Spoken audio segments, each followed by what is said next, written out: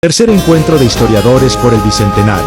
Las guerras peruanas. Expositor, Jorge Abastoflor Frey. Historiador boliviano. Bolivia, 2025. Muchas gracias. Buenas tardes a todas y a todos. Qué placer poder estar aquí nuevamente para poder conversar acerca de un tema tan acuciante de nuestra historia.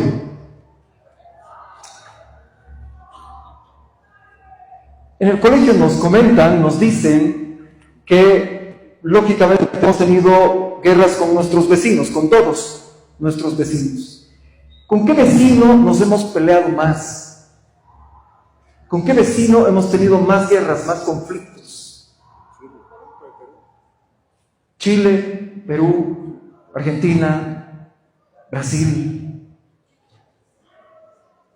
Bueno, exactamente el mismo vecino con el que nos dicen que somos hermanos, que tenemos cosas en común, que nuestra cultura es similar, que debemos ir juntos, que la Confederación, que la Alianza del Pacífico, todas estas cosas. Pero ese mismo vecino es con el que hemos tenido más guerras en nuestra historia, formales, y conflictos adicionalmente que, bueno, pues no llegaron a convertirse formalmente en guerras. Con el Perú. Con Chile hemos estado en estado de guerra 2 veces. Con el Brasil hemos estado en estado de guerra 2 veces. Con Argentina hemos estado en estado de guerra 2 veces. No, 1 vez, perdónenme, estoy exagerando. Con el Paraguay 1 vez. Con el Perú hemos estado en estado de guerra oficial en 4 oportunidades. Nada más y nada menos. Todos sabemos que la sede de gobierno de Bolivia se desplazó desde Sucre a La Paz en el cambio de siglo entre el siglo XIX y el siglo XX como producto de la Guerra Federal. Pero antes de que eso suceda, ya el presidente pues permanecía en La Paz de forma permanente. El ejecutivo, el legislativo, el judicial estaban en Sucre, pero el presidente de la República durante el siglo XIX pasaba más tiempo en la ciudad de La Paz que en cualquier otra parte. ¿Por qué creen que pasaba eso? Si la capital estaba en Sucre, si la región más productiva estaba en Potosí, si la región más poblada en general estaba en el departamento de Cochabamba, pero el presidente estaba en la ciudad de La Paz, casi de forma permanente durante el siglo XIX. La razón no es otra que estar atentos al enemigo que todo el tiempo está esperando atacarnos, o el país al que estamos esperando atacar. También pasó eso. Y de eso vamos a hablar el día de hoy. De eso vamos a hablar el día de hoy.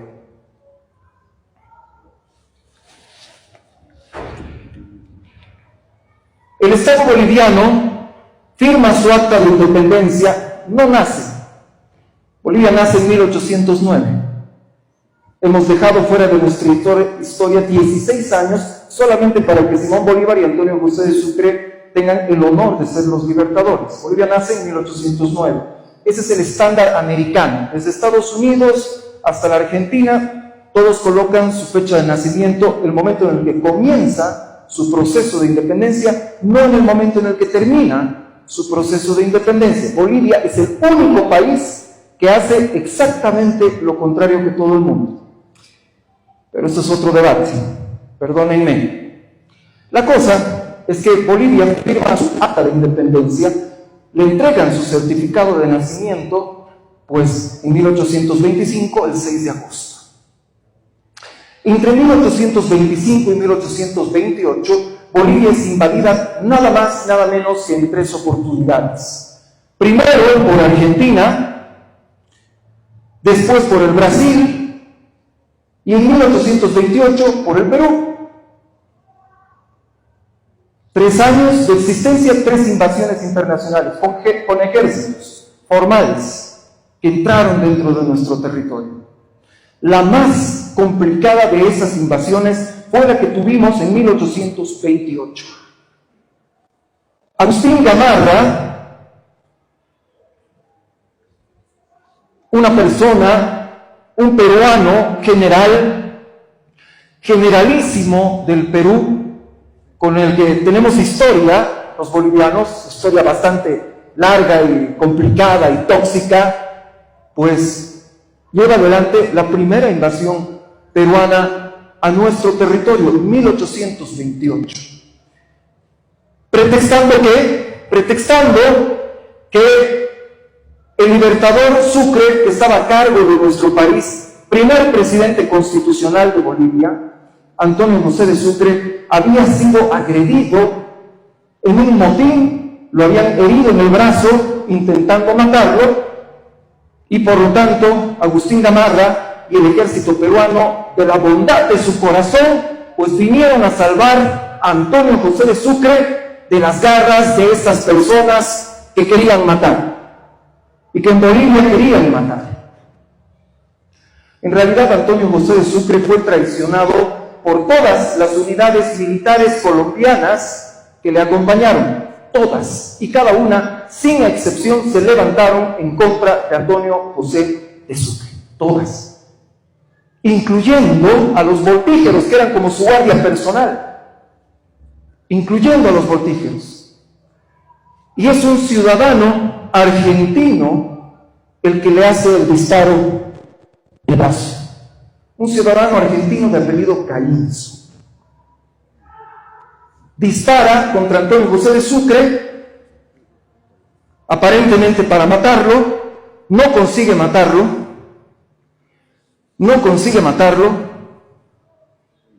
y la propia población de Sucre lo salva a Antonio José de Sucre. Se entera Antonio José de Sucre que como producto de este atentado en su contra, pues ha penetrado dentro del territorio boliviano Agustín Gamarra, con el ejército del sur peruano.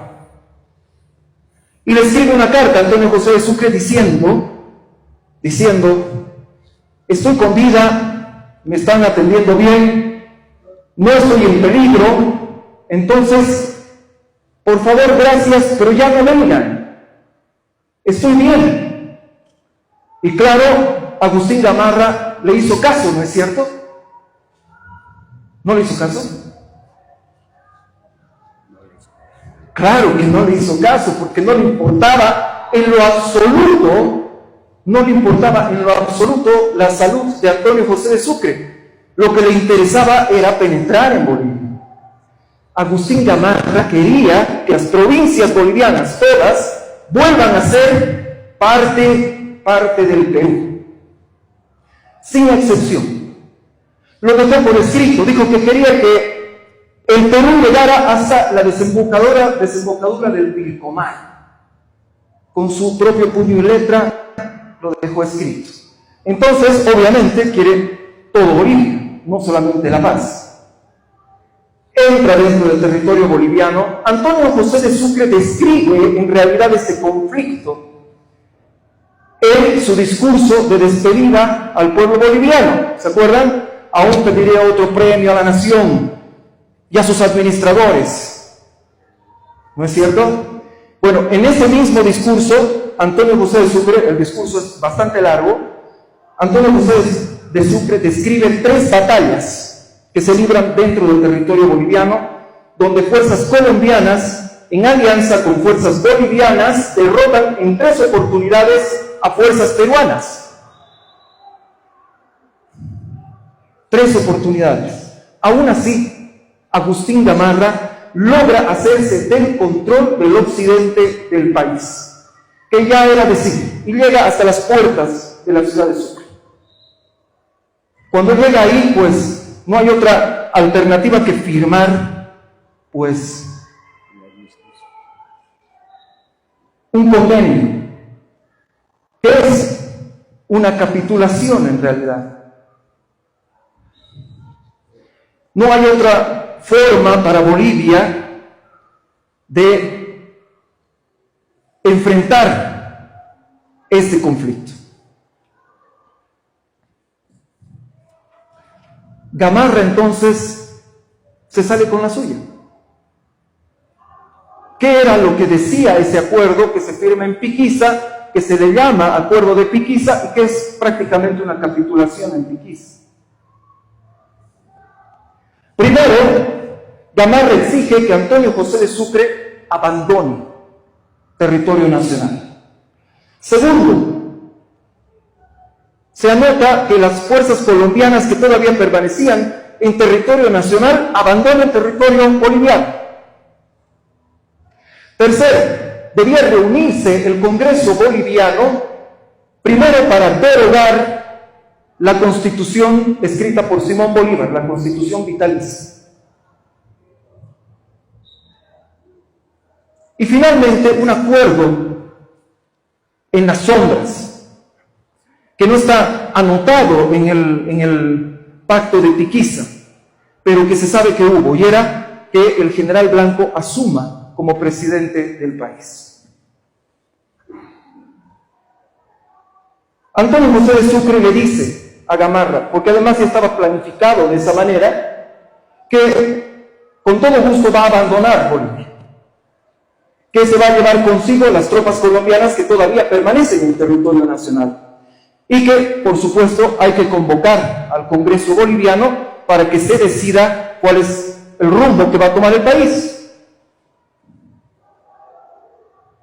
Se reúne entonces el Congreso Nacional.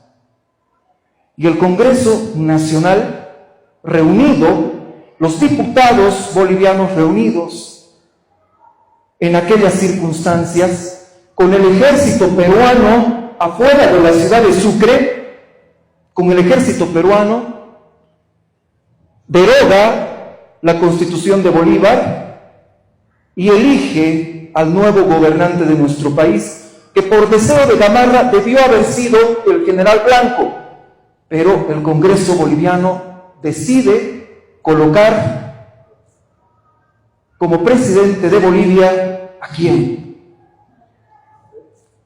Al peor enemigo de Agustín Gamarra, Andrés de Santa Cruz y Cala Humana. Es un acto de desafío del Congreso boliviano al ejército peruano que está afuera de la ciudad. Es un acto de desafío, de valentía. No hay ejército que impida que las tropas peruanas entren en la ciudad de Sucre, los agarren a los diputados y los cuelguen de los árboles. No hay nada que impida aquello. No hay.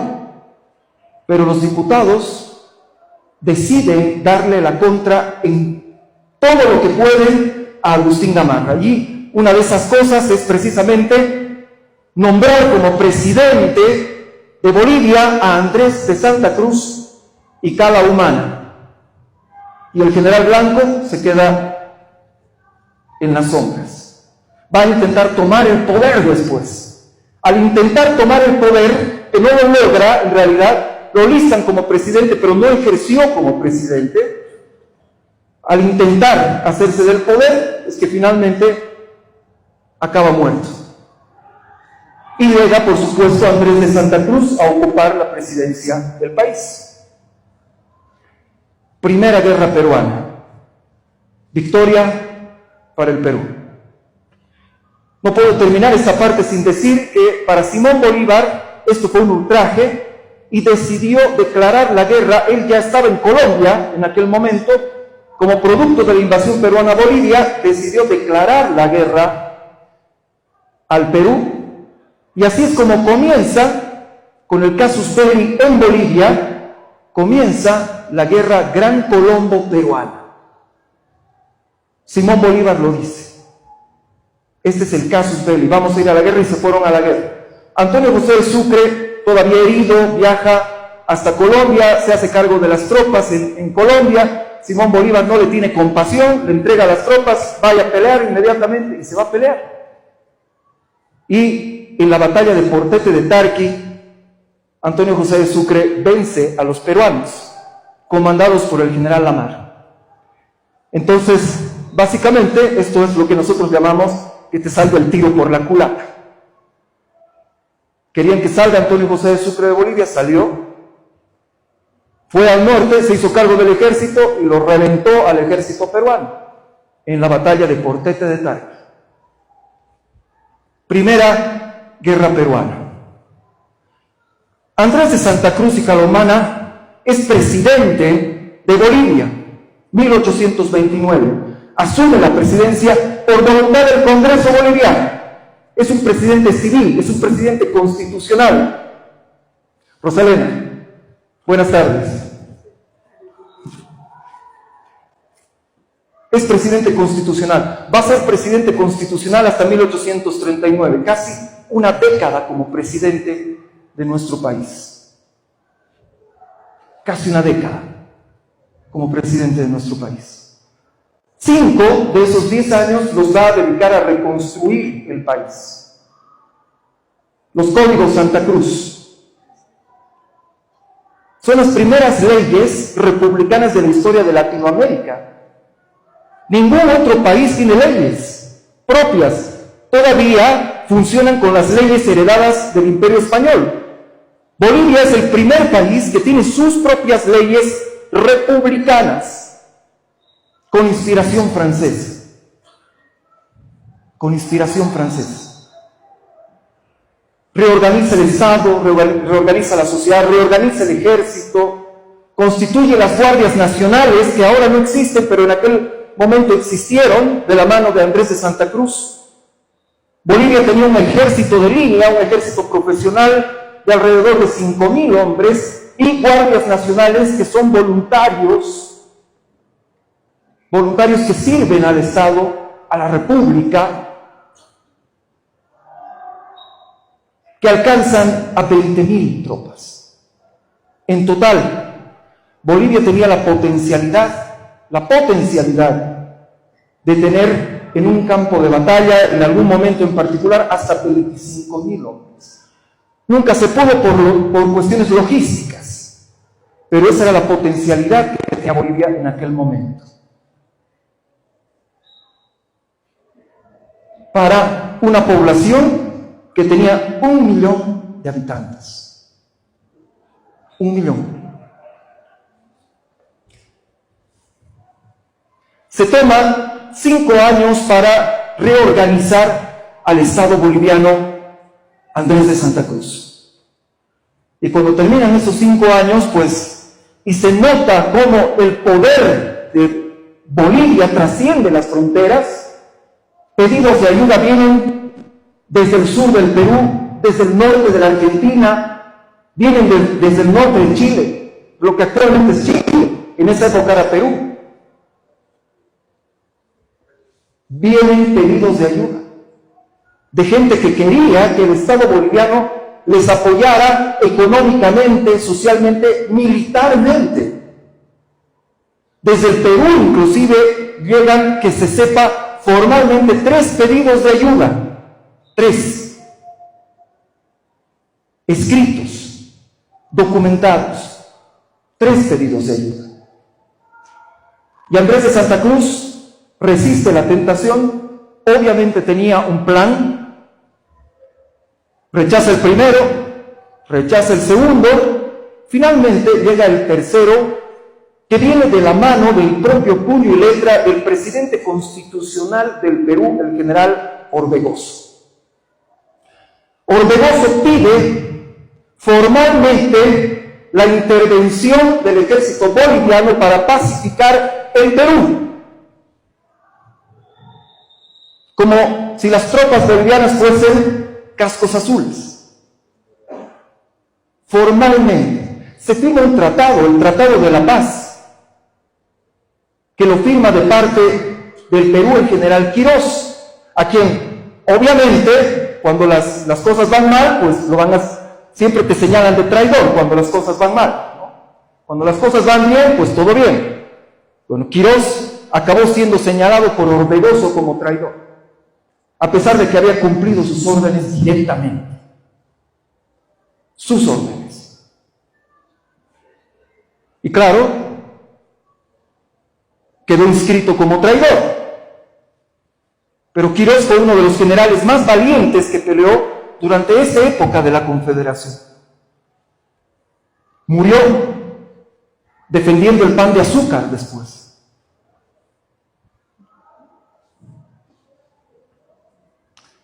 Se firma el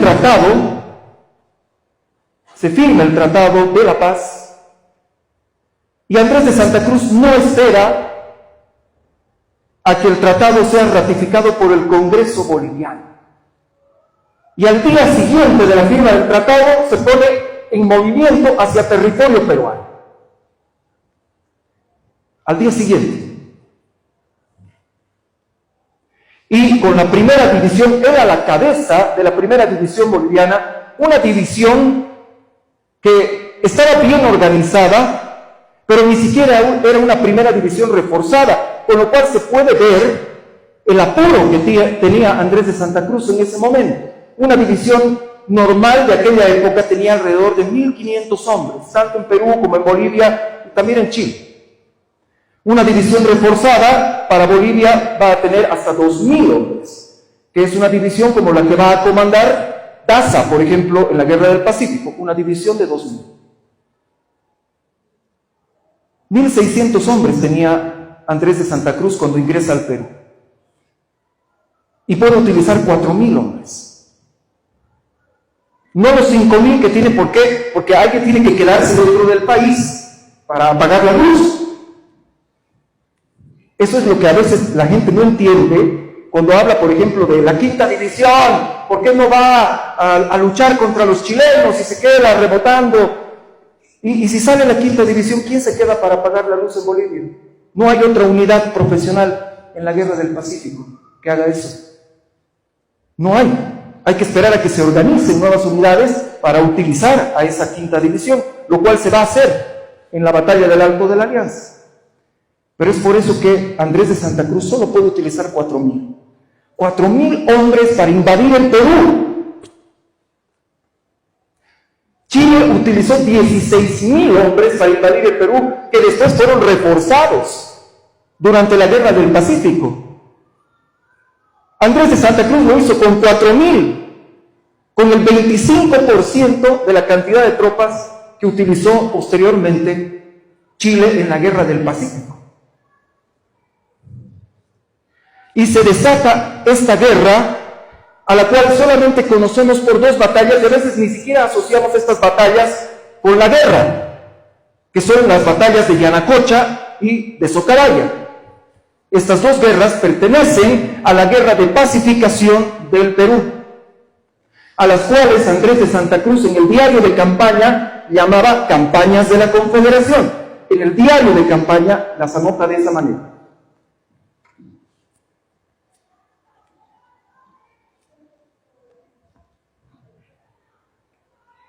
Son 4 campañas terrestres y 1 campaña naval.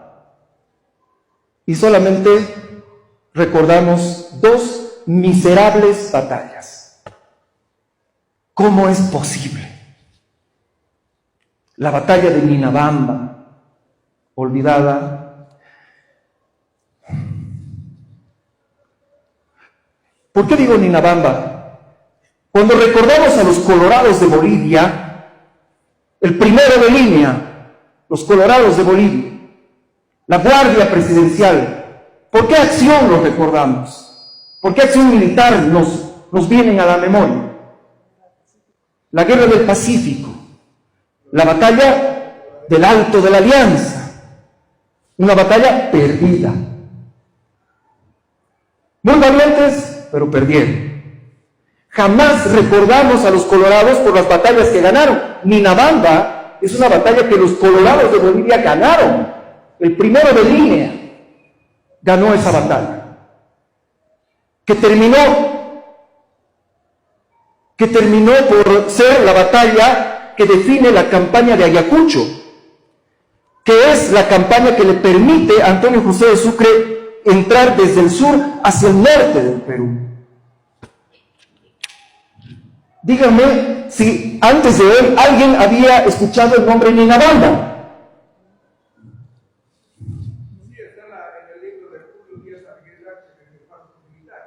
Fastos militares, en donde le dedica 4 líneas. 4 líneas le dedica. Dice que pasaron los del primero de línea muy valientemente el río. A toda esa acción le dedica 3 líneas. Pero gracias, sí, ahí está. Pasos militares, Díaz Arguedas.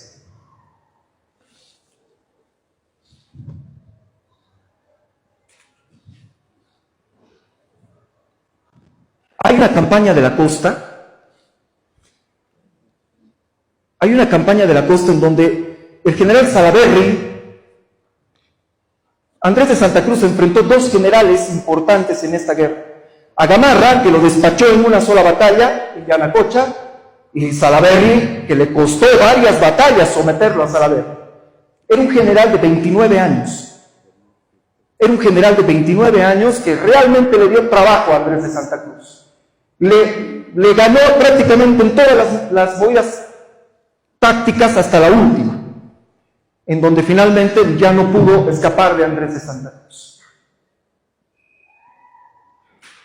Este señor diseñó un plan para desembarcar sus tropas en Iquique, que estas tropas de Iquique pasen hasta Oruro y poder atacar por la retaguardia a Bolivia. Es un plan magnífico. Al final sus oficiales no lo entendieron, no llegaron a llevar a la práctica el plan lo que deseaba. ¿Por qué? Porque obviamente pues no es fácil atravesar el desierto de Tarapacá para entrar desde Iquique hasta Oruro. Entonces decidieron desembarcar en Arica. ¿Por qué? Porque quedaba cerca de La Paz, lógicamente, pero allá en Arica son interceptados por los dragones de Tarija.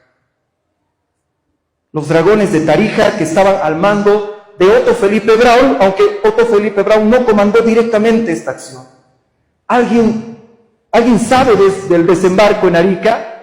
¿Han escuchado antes hablar de ese desembarco en Tarija y cómo en una acción fulgurante Otto Felipe Braun ordena que los dragones de Tarija pasen de Tarija hacia Arica y logran contener ese desembarco de los peruanos?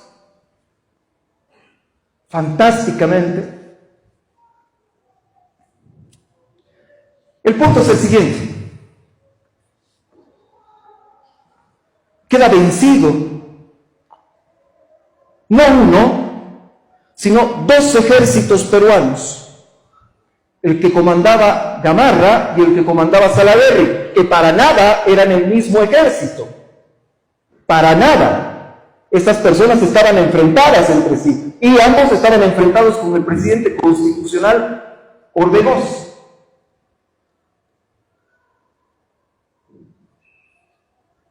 Bolivia, el ejército boliviano, con el apoyo de una división peruana. Andrés de Santa Cruz fue engañado, le dijeron te vamos a poner una división y le pusieron una división de menos de 1000 hombres para apoyar el esfuerzo que estaba realizando. Esos 4000 compatriotas, ancestros nuestros, le entregaron a Bolivia el Perú completo. 4000.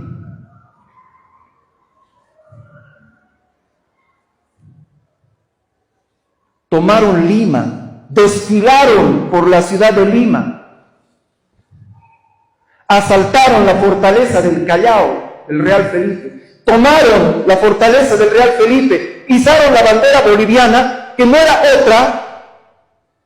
otra que la bandera que flameaba en Cobija, que fue recuperada porque había sido robada en un desembarco previo, fue recuperada, se le devolvió su honor en un acto encabezado por el propio presidente del Perú,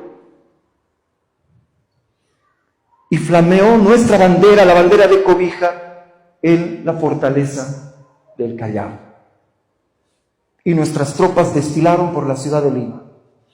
Tal vez no se recuerda esto, ¿por qué? Porque nosotros no nos llevamos hasta las cortinas, como hicieron otros. No nos llevamos las cortinas. Dejamos a la ciudad tranquila, la protegimos de vándalos que la estaban asediando permanentemente Y cuando desfilaron nuestras tropas en Lima, no solamente que fueron bien recibidas, sino que fueron aplaudidas por la población de Lima. Qué diferencia con lo que iba a pasar 40 años después, ¿verdad? Qué diferencia.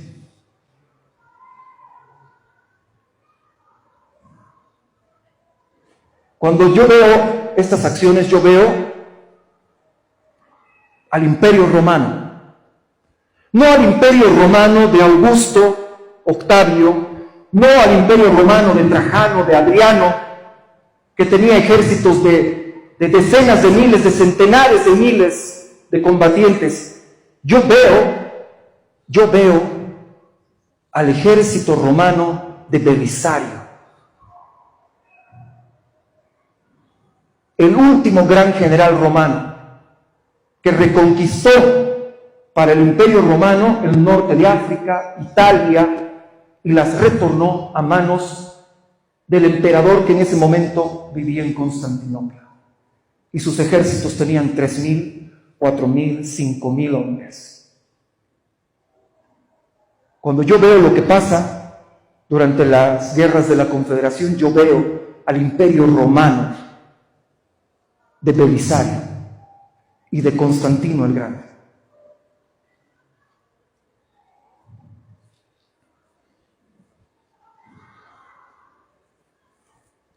Se consolida a partir de este momento la Confederación. Nos han dicho a lo largo del tiempo que la Confederación fue una reunión de pueblos hermanos que se dieron la mano porque culturalmente, ya les comenté eso. No, fue una guerra. Fueron 2 ejércitos peruanos que fueron vencidos, que se oponían a la realización de la Confederación. 2, no 1.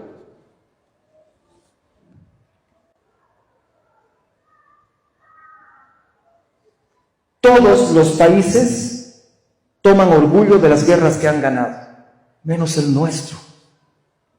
Habiendo conseguido semejante cosa, la Confederación, lo que llamamos la Confederación Boliviano-Peruana, que se extendía después de haber vencido a la Argentina posteriormente, desde las nacientes del río Amazonas hasta la desembocadura del Pilcomayo, desde el Océano Pacífico hasta el río Paraguay.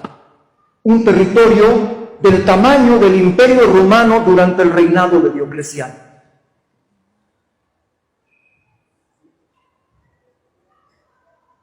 Eso fue lo que logramos en ese tiempo. Y no tenemos los pantalones para decir, ganamos esto. Construimos la Confederación a sangre y fuego.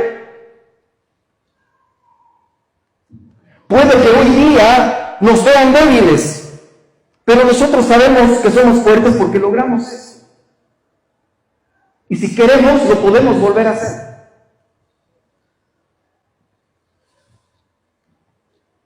Eso es lo que nos falta, recordar quiénes somos.